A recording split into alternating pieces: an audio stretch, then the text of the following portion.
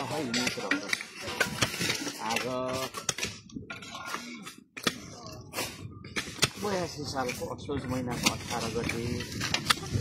दसैँको दोस्रो दिन भनौँ न है सोमबार पर्यो आज दसैँमै पनि यसरी चाहिँ पाइप पुर्न हामी आज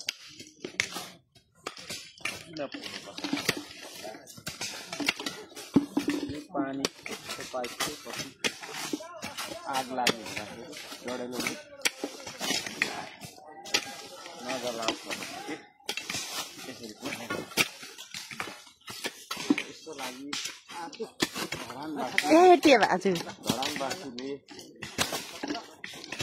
लगाउनु पर्ने हुन्छ है तर हामी अल्छी छौँ भयङ्कर अल्छी छौँ नेपाली हो त्यसले गर्दा हामी अल्छी फेरि स्वार्थी पनि छौँ भयङ्कर स्वार्थी छौँ केही फाइदा भयो भने मात्रै काम गर्नु मन लाग्छ अनि हामी चाहिँ लोभी पनि छौँ फेरि नेपालीहरू चान्दोभन्दा धेरै लोभ गर्छौँ होइन ढुँडिया तर भइसक्यो र पनि खाइरहन्छौँ त्यसले गर्दाखेरि लोभी पनि छौँ अनि फेरि पापी छौँ भयङ्कर पापी छौँ फेरि पापी पाइन्छ अरूलाई है पापी पाइन्छ त्यसो भएको कारणले हाम्रो देश अघि तपाईँको पनि बढ्न सकेन यस्तो काम गर्नेलाई चाहिँ फेरि यसरी खुसी गर्ने चलन छ हाम्रो देशमा होइन यो श्रम त गर्ने हुँदैन एकदम यो त तल्लो स्तरको मान्छेले गरिब दुखीले गर्ने हो त्यसले गर्दाखेरि के भन्न चाहन्छु म भन्दाखेरि चाहिँ अब हामीले चाहिँ एउटा पार्टी नै स्थापना गर्दैछौँ श्रम संस्कृति पार्टी त्यो श्रम संस्कृति पार्टीले चाहिँ यसरी काम मात्रै गर्न सिकाउँछ अब यो जस्तै यो पानीको दुःख छ भनेर बसेर मात्रै पानीको दुःख छ भने पानीको समस्या समाधान गर्नको लागि हामीले यसरी दुईटा ठाउँ अब यसलाई चाहिँ हामीले चाहिँ नि होइन यसलाई चाहिँ हामीले के अरे पुरिएन भने यो अन्डरग्राउन्ड गरिएन भने अलि त्यहाँ हुन्छ साथी अन्डरग्राउन्ड गरिएन भने चाहिँ के हुन्छ त भन्दाखेरि पछि यो जलेर जान्छ होइन अनि करोडौँ रुपियाँको यो चाहिँ तपाईँको धेरै करोडको सम्पत्ति हो हाम्रो सम्पत्ति जलेर जान्छ पानी आउँदैन अर्को समस्या यस्तो खालको काम गर्नको लागि सिकाउनलाई एउटा दल स्थापना हामी गर्दैछौँ त्यो दलले चाहिँ भाषण गर्न सिकाउँदैन खालि यस्तो श्रम गर्न मात्रै सिकाउँछ काम गर्न सिकाउँछ आज हामी दसैँकै दिन पनि त्यस्तो गर्दै र मेची महाकाली लिपुलेक लिम्पिया ढोरासम्म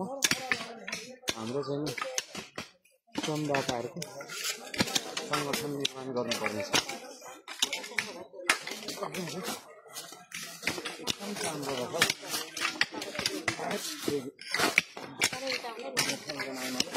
कुल्चिनुपर्छ है यो कुल्चिनुपर्छ फेरि बगाएर लगिहाल्छ कुल्चिनुपर्छ त्यो सबै पानी राजेश भाइ कुल्चिनुपर्छ है हो त्यहाँ माथि यसरी हिँड्नुपर्छ मात्र बगाइलान्छ र यसरी हामी श्रमदानमा आउँछौँ श्रमदान गर्नु है अभियान हाम्रो चल्छ र मेरो उद्देश्य चाहिँ 3 करोड नेपालीलाई श्रम गर्न लगाउने यसरी खन्न लगाउने बाँझो खन्न लगाउने यसरी बाँझो लगाउने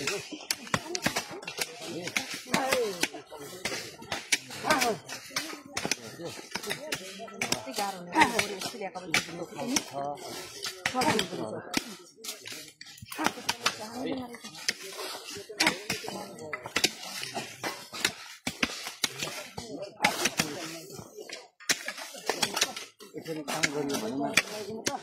शरीरमा स्फूर्ति पनि आउँछ, विकास पनि हुन्छ छिटो। ठेक्का लगाएर गरेको विकासमा जनतालाई माया पनि लाग्दैन होइन, जनतालाई आफै हुँदैन। तर यसरी श्रमदानबाट भयो भने अब श्रमदानबाट गरेको विकास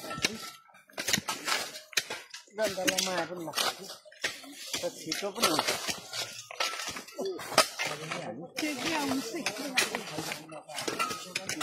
भएको कारणले